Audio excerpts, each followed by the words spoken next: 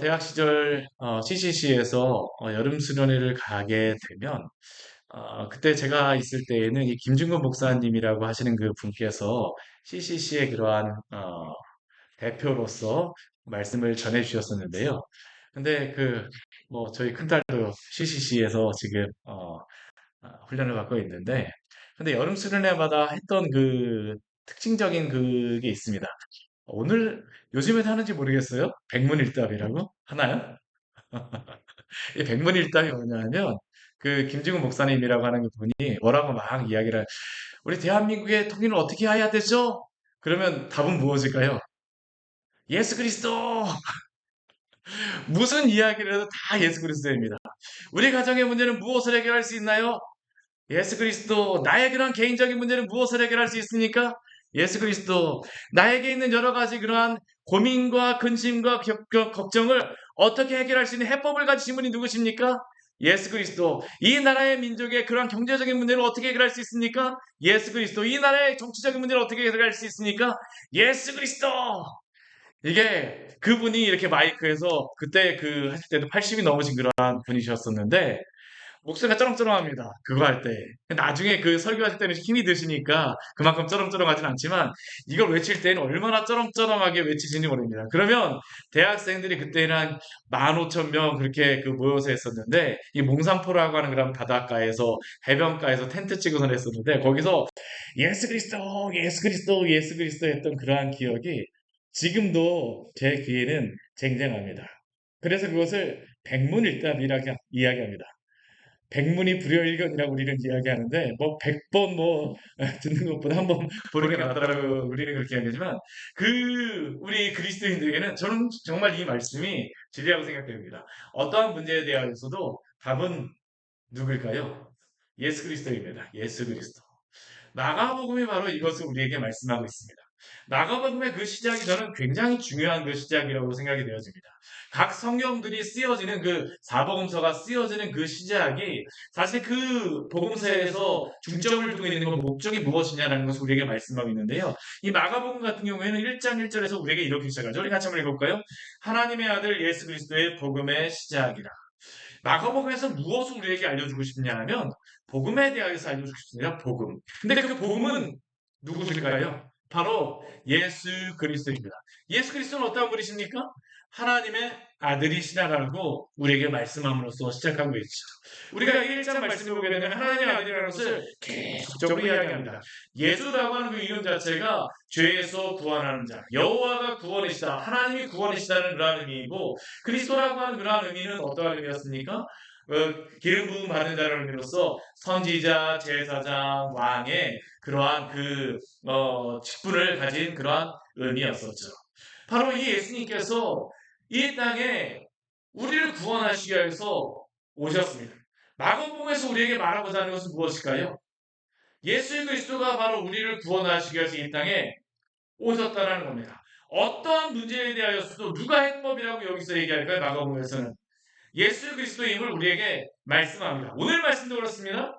우리가 이 성경의 말씀을 읽을 때에 이 성경의 말씀 적용을 우리가 많이 하고자 하는데 이 말씀을 보면서 예수님이 어떤 일을 행하셨더라고 나도 그렇게 행해야 되겠다. 내가 그렇게 살아야 돼. 물론 예수님을 따라서 우리가 그렇게 하기는 해야 됩니다. 그렇죠? 그러나 그 모든 것들을 이미 이루시고 성취하신 분이 누구실까요? 예수 그리스도임을 우리는 먼저 기억해야 합니다. 그리스도 안에 모든 해법과 모든 솔루션이 있습니다. 이것을 무엇이 우리에게 증거합니까? 성경이 우리에게 이것을 증거하고 있습니다. 그리스도인이라고 하면서도 그리스도 안에서 우리가 예수님 안에서 이 해법을 발견하지 못한다라고 하게 되면 어디가 이상한 겁니다. 우리의 신앙에 어딘가가 문제가 있는 것이요. 왜요? 성경 우리에게 예수 그리스도가 복음의 시작이요 복된 소식의 시작이라고 우리에게 말하고 있습니다. 복된 소식이 무엇입니까? 예수 그리스도가 이 땅에 나섰다는 것이 바로 복된 소식입니다. 예수 그리스도의 그 복음의 소식은 우리의 모든 인생과 우리의 가치관과 우리의 모든 것을 다 바꾸는 것이 되어집니다. 예수 그리스도로 인하여서 죽으려고 했던 사람도 살아나게 되고요. 정말로 소망을 잃었던 사람도 예수 그리스도로 인하여 소망을 받고 새로운 꿈들을 향해서 달려가는 게 바로 예수님이 바로 우리에게 주시는 소망임을 기억하시기를 바랍니다. 우리의 믿음의 모든 사람들은 바로 예수 그리스도를 소망하며 살아갔던 사람들입니다. 갈렙도 80이 넘어서 그 땅을 나에게 주십시오라고 했는데 그 소망을 누구 안에서 얻는 겁니까? 하나님 안에서 얻는 겁니다. 주님이 나에게 힘을 주시고 능력을 주시고 그 약속을 붙잡는 것이죠. 예수 그리스도 안에 주신 그 약속을 붙드는 자들, 그 복음을 믿는 자들은 넘어진다 할지라도 다시 일어날 수 있고 7번 넘어져도 어떻습니까? 8번 일어나면 됩니다. 우리는 7번 넘어지게 되면 아유, 많이 넘어졌네. 이제 조금 더 넘어져 있어야지. 스스로 넘어지려고 할지 모르지만 아니요, 성경은 우리에게 그렇게 말씀하지 않습니다. 다시 일어나라고 이야기하면 누구 때문에요? 예수 그리스도 때문에 다시 일어나라고 이야기하고 말씀합니다. 우리의 인생의 전체를 다 바꿔줍니다. 우리가 항상 문제가 발생하는 포인트가 어디냐 하면 우리는 우리의 인생에 스토리가 있습니다. 내러티브가 다 있어요. 모든 사람은 다 개인적인 이야기가 있습니다. 예전에 저희 딸이 대학교 쓸 때 보니까 이 자기 위인전 같이 이렇게 막 자기소개서를 쓰더라고요. 그걸 써갖고 대학에도 소개를 해야 되는데 우리는 다 자기 나름대로의 그 이야기가 있습니다. 그 인생에 스토리가 있어요. 근데 어떤 사람 같은 경우에는 내가 잘 살아왔다고 하는 사람은 어떨까요? 굉장히 활기차고 뭐 성공한 것처럼 생각이 되어지고 또 어떤 사람 같은 경우에 자기의 그 스토리가 이게 별로 안 될 것 같으면 어떻습니까? 낙심하고 낭망할지 모르겠지만 그러나 우리의 성공과 실패는 사실 종이 한 장 차이입니다. 언제는 이렇게 높이 올라가는 것 같지만 또 어느 순간 어떻습니까? 갑자기 이렇게 쭉 떨어지는 것 같아요. 또 쭉 떨어지는 것 같지만 또 언제는 어떻습니까? 올라가는 것 같습니다. 우리 인생은 이렇게 올라갔다 내려갔다 올라갔다 내려갔다 올라갔다 내려갔다 하는 게 바로 우리의 인생이죠. 우리의 인생만을 보게 되면 어떤 때는 너무나도 교만해졌다가 어떤 때는 어떻습니까? 정말로 저 지하실도 없이 그냥 깊숙이 내려가는 것 같죠. 근데 이러한 우리 인생 가운데에서 중심을 맞춰주는 그러한 방법이 있습니다. 그게 무엇입니까? 우리의 이야기를 우리의 이야기로만 이해하는 것이 아니라 하나님의 그 크신 역사 가운데에 우리의 내러티브를 그 안에 비추어서 보는 것입니다. 하나님의 그 크신 역사 가운데에 우리를 택하시고 구원하신 그 하나님께서는 오늘도 그 역사를 이루어 가시는 줄 믿으시기를 바랍니다. 이것을 발견한 사람들은 소망이 있습니다. 하나님의 그 역사는 결코 포기하지 않고 하나님의 그러한 일들은 결코 실패하지 않는다라고 하는 것을 아는 사람들은 결코 내가 실패하였다라고 해서 영원히 실패하지 않는 것이라는 것을 압니다. 왜요? 우리 주님이 승리하셨거든요. 우리 주님이 승리하셨습니다. 이것을 모르는 사람들은 날마다 실패하는 것 같죠. 오늘 마가복음 1장 21절 말씀을 보게 되면 참 한 유명한 동네를 우리에게 소개하는 것으로서 나오고 있습니다. 어떠한 동네가 나오고 있습니까? 가버나움이라고 하는 그러한 동네가 나옵니다. 가버나움. 저는 이 성경에 나오는 이 마을의 이름들이 참 이게 의미심장해요. 예루살렘 같은 경우도 그렇고 예루살렘이라고 하는 그 동네의 그러한 이름도 그렇고 이 가버나움이라고 하는 그러한 의미도 그렇고 성경에 보게 되면 가장 중요한 마을이 바로 예루살렘과 가버나움 아닙니까? 예수님이 사역하셨던 그 사역의 가장 중심적인 처음의 지역이 어디냐면 바로 이 가버나움이었습니다. 그리고 십자가에 달리셨던 곳은 어디입니까? 예루살렘이었죠. 그렇죠. 근데 이 예루살렘이라고 하는 그 동네가 어떤 뜻인지 아시죠? 샬롬의 마을입니다. 예루살렘 했을 때 샬롬, 평화의 마을이 바로 이 예루라고 하는 그게 이르라고 하는 그런 의미인데 도시, 마을이라는 그런 의미인데 예루살렘 하게 되면 이게 무슨 의미냐면 평화의 마을, 샬롬의 마을. 그런데 이 샬롬의 마을, 평화의 마을에 우리가 역사적으로 보게 되면 평화가 없어요. 평화가 없어요. 오늘 가버나움에 예수님이 들어가셨는데 이 가버나움도 그렇습니다. 이 가버나움의 의미가 무엇이냐면 나훔이라고 하는 의미가 뭐냐면 위로라는 그런 의미입니다. 이 가버라고 하는 게 카페르라고 하는 단어가 이것도 마을이라고 하는 그러한 의미입니다. 가버나움이라고 하는 의미는 그러니까 무슨 의미일까요? 위로의 마을. 근데 이 위로의 마을이라고 하는 그 동네는 참 특징적인 게 뭐냐면 위로가 없는 동네가 바로 이 가버나움입니다. 가버나움이에요. 오늘 말씀은 그것만을 나오지 않습니다. 우리 21절 말씀을 보게 되면 예수님이 가버나움에 들어가셨을 때가 또 언제라고 우리에게 말씀하시냐 하면 안식일이라고 이야기를 합니다. 이 안식일이라는 그 의미가 무엇입니까? 쉼이 있는 그런 때 아닙니까? 하나님이 안식일을 천지를 창조하시고 나서 안식하셨다라고 하면서 안식일이잖아요. 그러면 이 안식일에는 무엇이 있어야 될까요? 안식이 있어야 됩니다. 평안이 있어야 되죠. 그런데 이 안식일, 가버나움에는 안식도 없고 위로도 없습니다. 근데 이 안식도 없고 위로도 없는 곳에 누가 가셨을까요? 예수님이 가신 것입니다. 우리 오늘 새벽 말씀에도 보았었지만 우리 마태복음 우리 4장 13절에서도 우리 16절까지의 말씀에 보게 되면 이러한 말씀이 있습니다. 우리 같이 한번 읽을까요? 우리 마태복음 4장 13절에서 16절까지의 말씀입니다. 마태복음 4장 13절에서 16절의 말씀입니다. 우리 같이 한번 읽어보겠습니다. 우리 13절에서 16절까지인데 같이 읽겠습니다.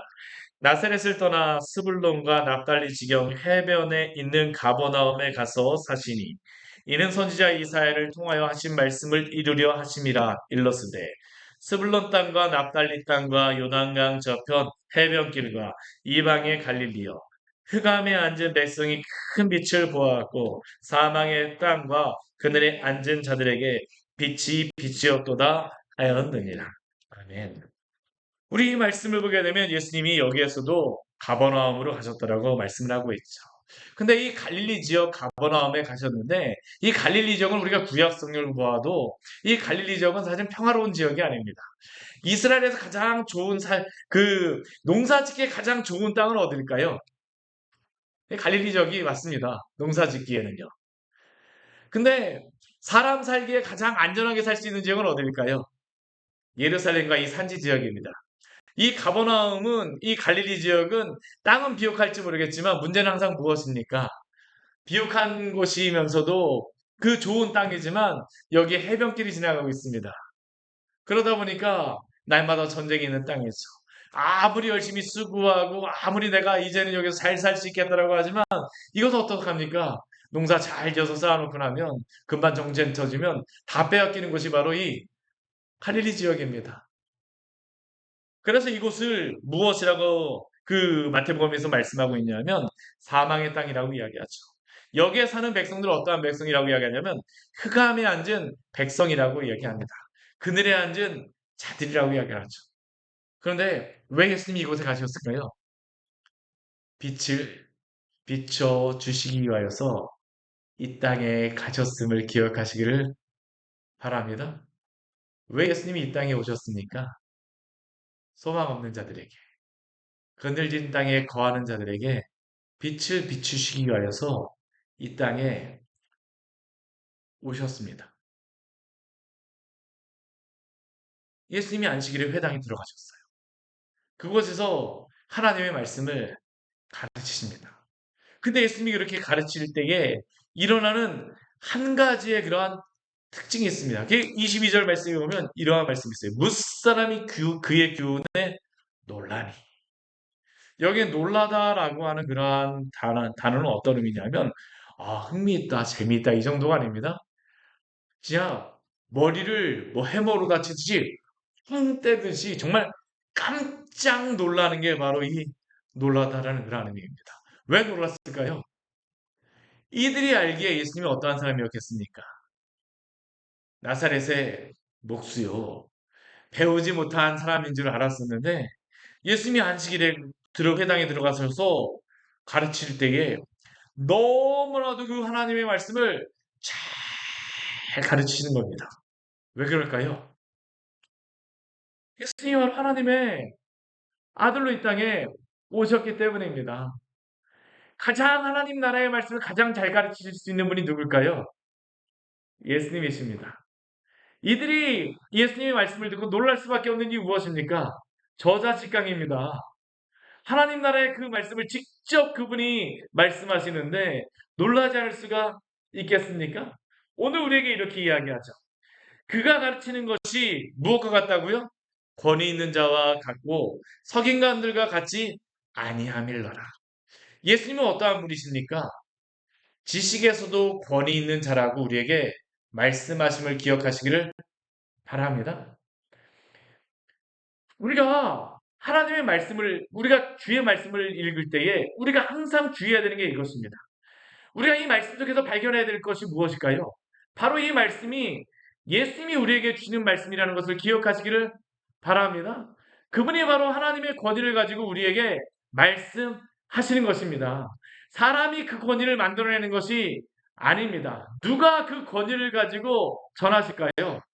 예수님이 그 권위를 가지고 우리에게 듣게 하시는 것입니다. 설교자가 아무리 말을 잘한다 할지라도 이 말씀을 보면서 제가 이런 생각을 했습니다. 이 설교를 준비할 때 처음에 나도 이렇게 권위 있는 설교를 했으면 좋겠다. 권위 있는 설교를 하는 유일한 방법은 무엇일까요? 예수님이 말씀하시게 하는 겁니다. 예수님이 저를 통해서 말씀하시게 하는 겁니다. 우리가 이 권위 있는 말씀을 듣는 방법은 무엇일까요?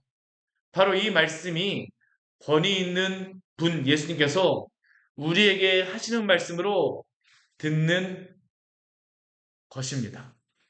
왜 우리가 말씀을 듣고 은혜를 받지 못합니까? 이 말씀이 바로 우리 주 예수 그리스도를 통하여서 우리에게 주신 말씀이라는 것을 우리가 잘 인식하지 못하기 때문입니다. 사랑하는 성도 여러분,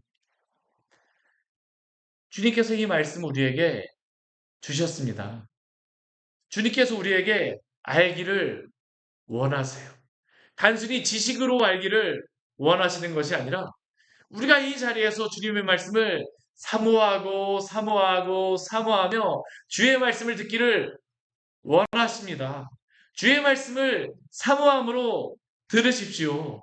주님이 바로 권위 있는 자로서 오늘도 우리에게 말씀하십니다.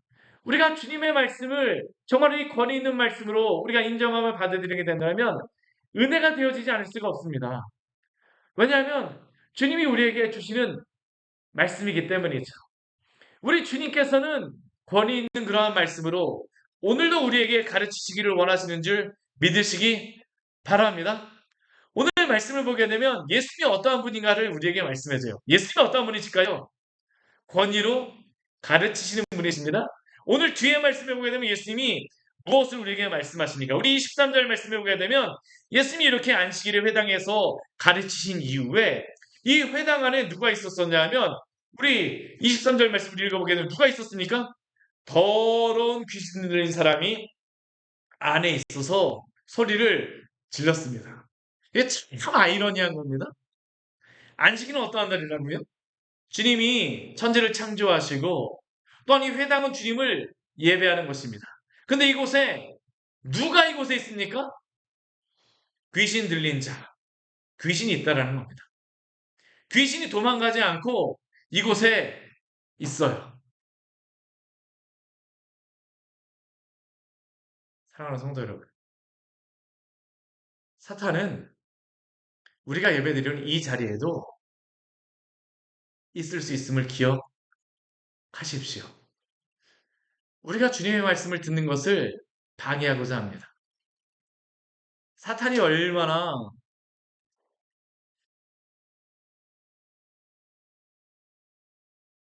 지혜로운지 우리가 말씀을 듣는 그 자리에서 집중하지 못하게 해요. 에이, 그 말씀 전에 들었던 건데. 그 말씀 날마다 들었던 건데 오늘 또 들으면 그게 무슨 은혜가 되겠어. 아니 같은 말씀 날마다 하는데 그게 어떻게 은혜가 돼?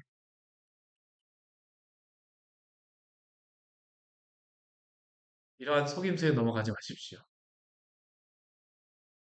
주님이 권위로 있게 앉아 계신 그 자리에서도 마귀는 끊임없이 우리를 주님께 집중하지 못하게 하기 위해서 오늘도 이 회당 자리에 앉아 있습니다. 근데 이 귀신 들린 사람이 예수님께 대하여 무엇이라고 이야기합니까? 우리 24절 말씀 같이 한번 읽어보겠습니다.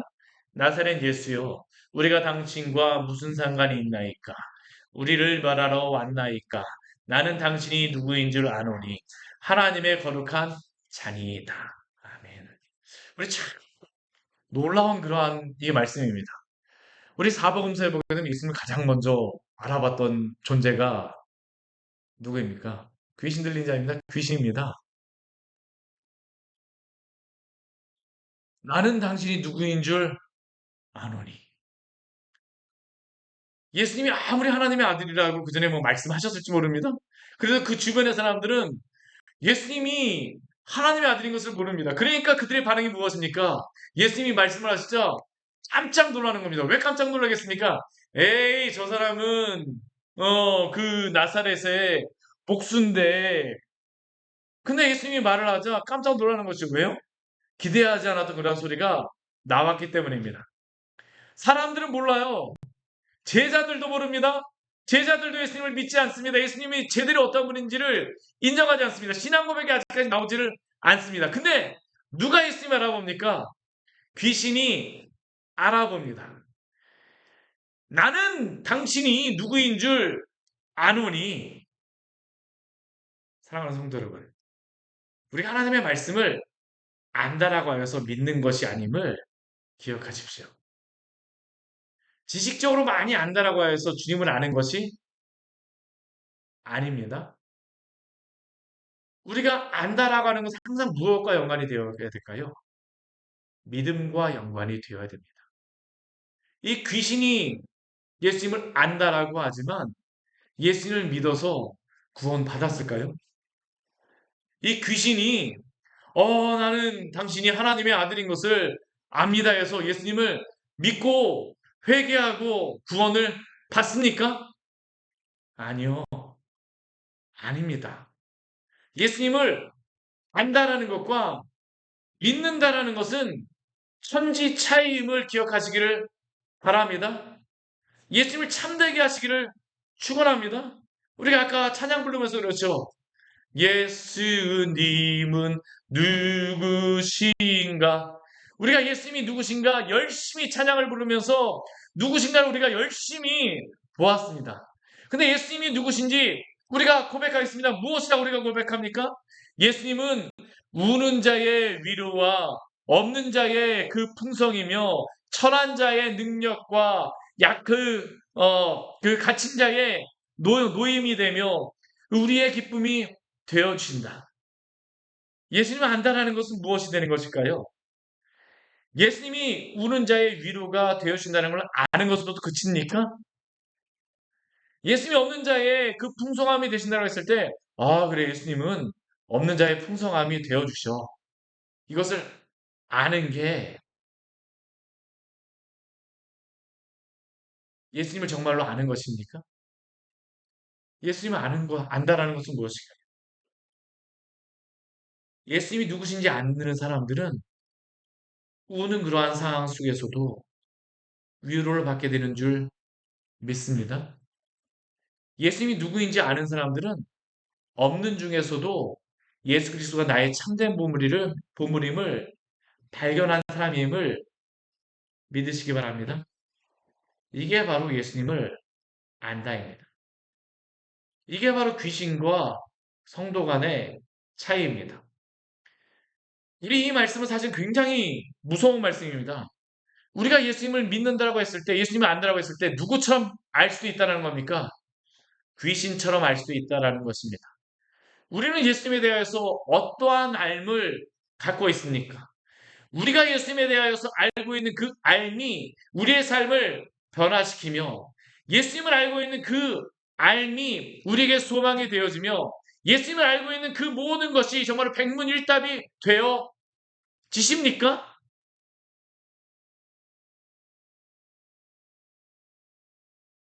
오늘 이 말씀은 우리에게 굉장한 성도들에게 도전이 되어지는 질문입니다. 말씀이에요. 우리는 예수님을 어떻게 알고 있습니까? 우리가 이 자리에 앉아서 나는 예수님을 알아요. 나사렛 예수여, 우리는 당신이 누구인 줄 알고 있습니다. 하나님의 거룩한 자니입니다. 라고 하면서 여전히 예수님과 상관없이, 믿음 없이 우리가 예수님을 대우하고 있지는 않습니까? 저는 이 자리에 나온 우리 모든 성도님들이, 또한 우리 광야님께서 속한 우리 모든 성도님들께서 참된 믿음으로 주님을 믿고 주님이 그 소망이 되어지기를 축원합니다. 우리가 이러한 믿음을 가지면 안 됩니다. 이러한 지식적인 믿음은 귀신이나 가지고 있는 믿음이라는 겁니다. 누구나 가지고 있는 믿음, 불신자도 가지고 있을 수 있는 믿음입니다. 불신자 중에 누구보다도 성경을 더 많이 하는 사람도 있습니다. 정말로 그래요. 제가 요즘에 만나보게 되면 정말로 불신자 중에 히브리어, 헬라어 능통한 사람도 있습니다. 도울과 같은 그러한 사람, 뭐 여러 가지 많은 그러한 성경의 것들을 이야기하죠. 그가 정말로 예수님을 알까요? 저는 정말 그렇지 않은 것 같아요. 뭐 제가 그 사람의 그 신앙에 대해서 뭐라고 할 수 없지만 참된 믿음이 있다면 그렇게 할 수가 없겠죠.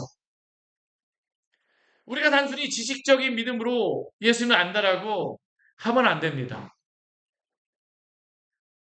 우리의 믿음은 우리에게 어떤 능력을 주고 있습니까? 정말 예수 그리스도가 우리에게 어떤 분이십니까?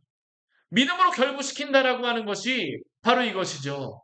히브리서 4장 말씀에서 왜 그 이스라엘 백성들이 안식에 들어가지 못합니까?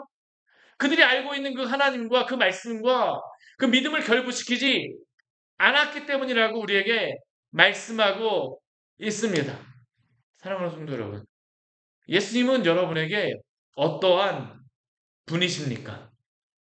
나의 그러한 세상적인 지식보다도 더 못한 분이 바로 예수님 아닙니까? 만약 그렇다면 우리는 회개해야 합니다.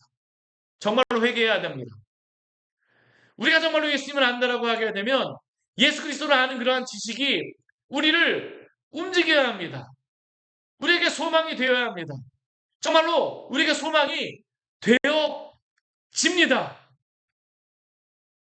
우리에게 소망이 되어져요. 이것은 지식적인 믿음이 아닙니다. 제가 오늘 새벽에도 말씀드렸지만 이 마가복음을 말씀을 받는 사람들은 어떠한 1차 대상이 누구였었냐면 로마의 성도들이었습니다. 박해받는 성도들. 아침에 우리 새벽 예배 때 말씀을 나눴었지만 이 들짐승을 말하는 이유가 무엇이라고 주장하냐 하면 로마의 성도들은 네로가 박해하는 그 콜로세움 안에서 들짐승의 먹이가 되어줘서 죽어갑니다. 들짐승 가죽을 씌우고 개들이 와서 찢어서 죽이는 그러한 일들이 벌어졌다고 이야기해요. 이게 실제로 다 역사관에 기록되어져 있는 겁니다. 그들에게 마가는 근데 오늘 무엇을 기록하여 주고 있냐면 예수 그리스도가 어떠한 분인가를 알라라고 이야기합니다. 너에게 어떠한 소망이 되는가라고 이야기하고 있는 것입니다. 당신이 누구인 줄 알아야겠다. 하나님의 거룩한 자니이다가 아니라 정말로 그 예수 그리스도가 알려주는 그 말씀이 권위 있는 자의 말씀으로 우리의 가슴을 찢고 우리를 변화시키고 있습니까? 우리에게 질문합니다. 예수님은 어떠한 분이십니까? 우리 25절 말씀 우리 같이 한번 읽어보겠습니다. 예수께서 꾸짖어 이르시되 잠잠하고 그 사람에게서 나오라 하시니. 오늘 이 말씀 예수님께서 마귀가 이렇게 사탄이 이 귀신이 예수님께 이렇게 나는 당신이 누구인 줄 아노니 하나님의 거룩한 자니이다 했을 때 그래 너가 잘 알았어. 근데 한번 나와 볼래? 한번 나와 줄래? 예수님이 귀신하고 타협하십니까? 아니요. 예수님은 귀신하고 타협하지 않으십니다. 예수님 결코 귀신하고 타협하시는 분이 아니에요. 예수님은 어떠한 분이십니까? 이 악한 영의 세력까지 통치하시고 다스리시고 승리하신 분임을 믿으시기를 바랍니다. 그 마귀를 향해서 이야기하죠. 잠잠하고 그 사람에게서 나오라. 그 사람에게서 나오라. 예수님은 바로 이러한 분이십니다. 우리는 예수님을 이렇게 믿어야 됩니다. 예수님은 이 모든 보이는 세계와 보이지 않는 모든 세계를 통치하시고 다스리시는 주님임을 믿으시기를 바랍니다. 우리에게 이것을 보여주는 겁니다. 마가복음. 하나님의 아들로 오셨다라고 하는 것은 하나님의 아들로 오셨어. 오늘 이 마가복음 말씀을 보면서 우리가 예수님이 이러한 분이셨네. 이게 아닙니다. 예수님은 바로 보이는 세계, 보이지 않는 그러한 모든 세계까지 다스리시고 통치하시고 승리하신 승리자라는 것을 오늘도 우리에게 선포하며 알려주심을 기억하시기를 바랍니다. 선포하라. 선하신 주, 주의 인자하심은 영원함이라. 오늘 예수 그리스도가 어떠한 분인가를 우리에게 알려주고 계시는 겁니다. 예수님은 마귀의 권세를 물리치실 수 있는 분입니다. 우리는 연약하게 이길 수 없을지 몰라요. 그러나 예수 그리스도 안에서 우리는 마귀의 권세를 이길 수 있는 줄 믿으시기 바랍니다. 이게 바로 성도의 권세죠. 성도는 성도 자체로서의 그 능력이 아닙니다. 우리가 착각하지 말아야 될 건 뭐냐면 내가 이걸 보면서 내가 귀신을 몰아내고 내가 권위 있는 말을 하고 제가 만약 예수님처럼 설교하겠다 하게 되면 당장 시험 드는 겁니다. 저는 예수님처럼 설교할 수 없어요. 저는 예수님처럼 이런 일을 할 수가 없습니다. 그러나 성도가 이런 일을 할 수 있으면 어떻게 해요? 예수 그리스도의 그 권위를 힘입어서 그리스도 안에서 이 모든 것들을 감당하게 하실 수 있음을 믿으십시오. 우리가 어떻게 악한 권세와 담대히 맞설 수 있습니까? 예수 그리스도가 바로 우리의 힘과 능력이 되어 주시기 때문입니다. 마귀를 물리치셨습니다. 더러운 귀신아 잠잠하고 그 사람에게서 나오라. 그러자 26절 말씀에 보기에는 어떤 일이 벌어집니까? 더러운 귀신이 그 사람에게서 경련을 일으키고 큰 소리를 지르며 나오는지라. 오늘 우리 광야의 샘교회 안에서 이 더러운 모든 귀신이 물러날 줄 믿습니다. 우리 주 나사렛 예수 그리스도의 명으로 모든 귀신아 물러갈 지어다. 우리가 이러한 귀신의 그러한 세력 가운데서 노임을 받아야 됩니다. 우리가 지식적으로 귀신적인 그러한 지식과 이 정도 그냥 피상적인 지식으로 머물러 있으면 안 됩니다. 우리가 믿음을 가지고 있다라 하면서 여전히 타협하고 여전히 세상과 많은 것들과 타협하며 우리가 그렇게 믿음을 가지면 안 됩니다. 우리가 주님을 믿는다고 하면서 세상을 믿는지 주님을 믿는지 알지 못하게 우리가 그 믿음을 갖게 되면 주님이 기뻐하실까요? 아닙니다. 주님이 우리에게 권위를 가지신 분이십니까? 오늘 말씀해 보기에는 굉장히 중요한 단어가 뭐냐면 권위라고 하는 단어입니다. 권위. 계속 권위가 나오고 있죠. 권위 있는 자와 같고. 그 뒤에 말씀에도 보게 되면 우리 권위라고 하는 말씀이 몇 번 나옵니까? 우리 어디나? 우리 27절 말씀에서도 이는 어찌 미냐 권위 있는 새 교훈이로다.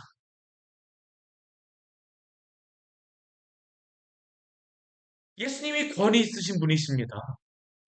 우리는 예수님을 권위 있는 분으로 믿고 있습니까? 성도가 변하는 것은 바로 여기입니다. 내가 권위가 있는 게 아니에요. 누가 권위가 있으신 분입니까? 우리 주 예수 그리스도가 권위 있는 분임을 기억하십시오. 그분께서 오늘도 통치하시고 다스리십니다. 우리가 그리스도 안에 있다는 것은 예수 그리스도가 권위 있는 자로 오늘도 통치하신다라는 겁니다.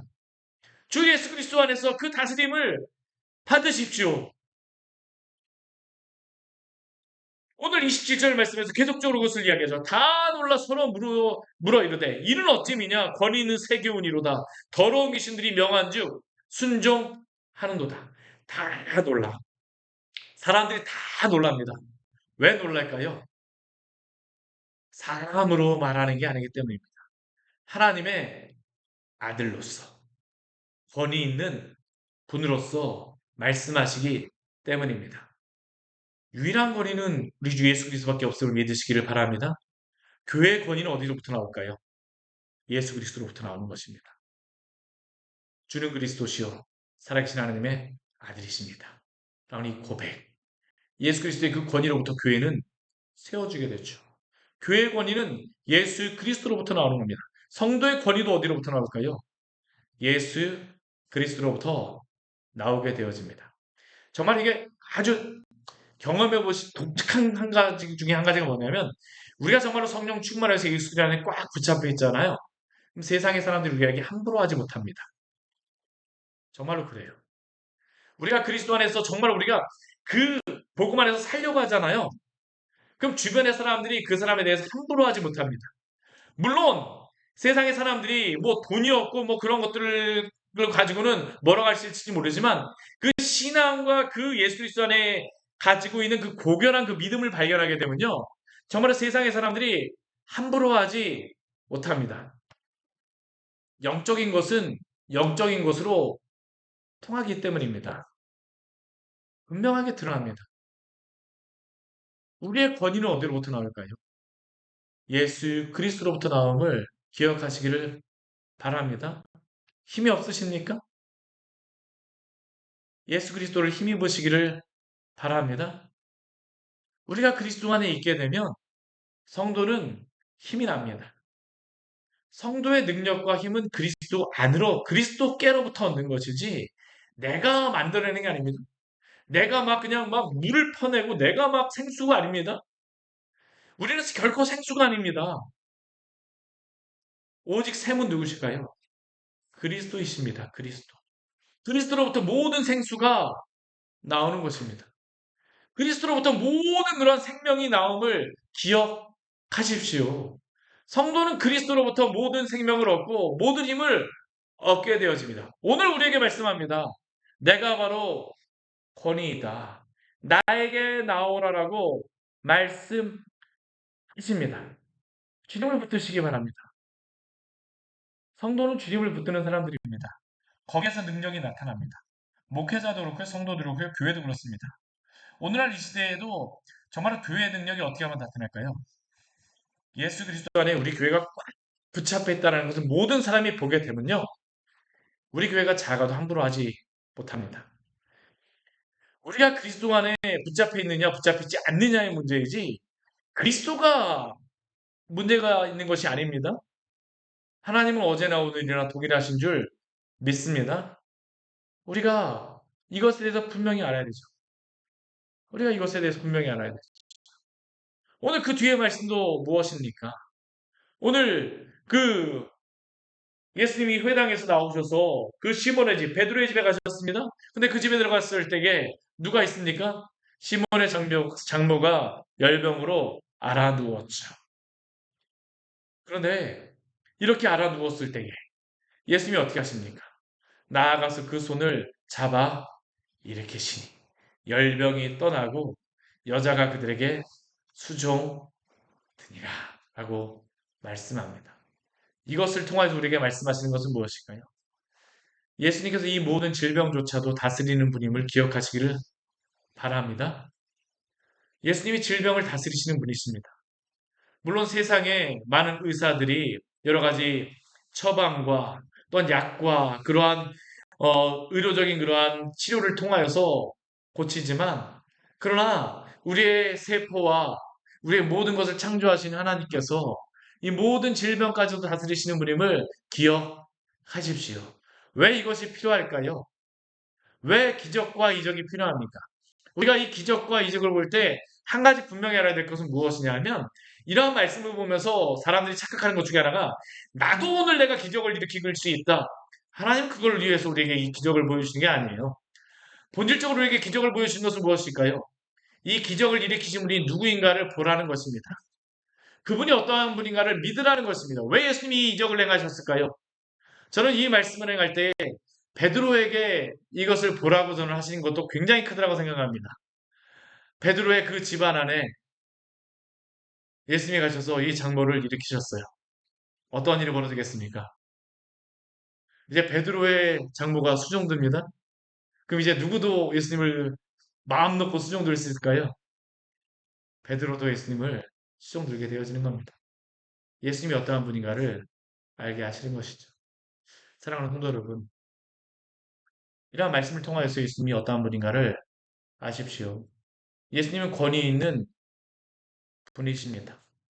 오늘 34절 말씀에도 예수님이 이러한 그 베드로의 장모를 고쳤다라는 그러한 그 이야기가 있자 저물어 해질 때가 되지 어떻습니까? 온 동네에 소문이 퍼졌습니다.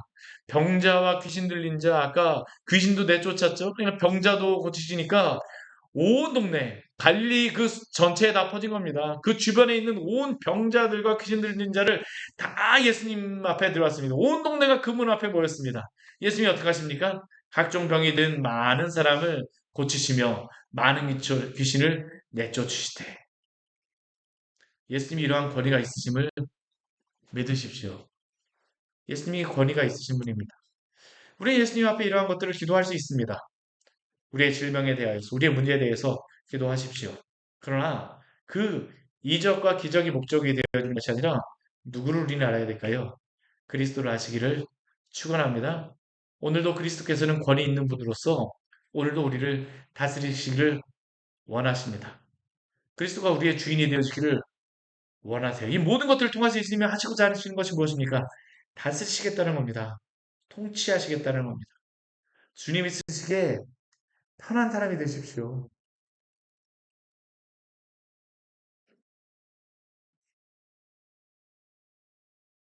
주님께서 오늘도 우리를 다스리시기를 원하십니다. 권위 있는 분으로 우리와 함께 하십니다. 오 주여 우리를 다스려 주시고 우리로 하여금 당신을 지식적으로 가는 것이 아니라 참되게 주님을 알아 주님을 따르는 제자로 살게 하여 주시옵소서. 우리 시간 주님 앞에 우리 간절히 같이 기도하도록 하겠습니다. 우리 오늘 말씀 같이 기억하시면서 우리 기도하기로 합니다. 주님 우리가